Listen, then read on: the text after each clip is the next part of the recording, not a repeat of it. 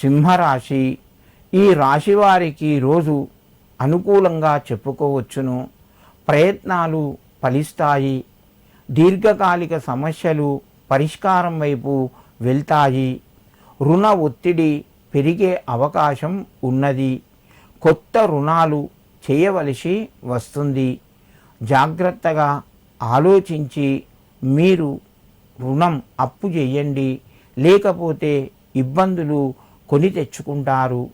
ఆరోగ్యపరంగా కొంత అనుకూలంగా ఉన్నది, అయినా జాగ్రత్తలు పాటించండి.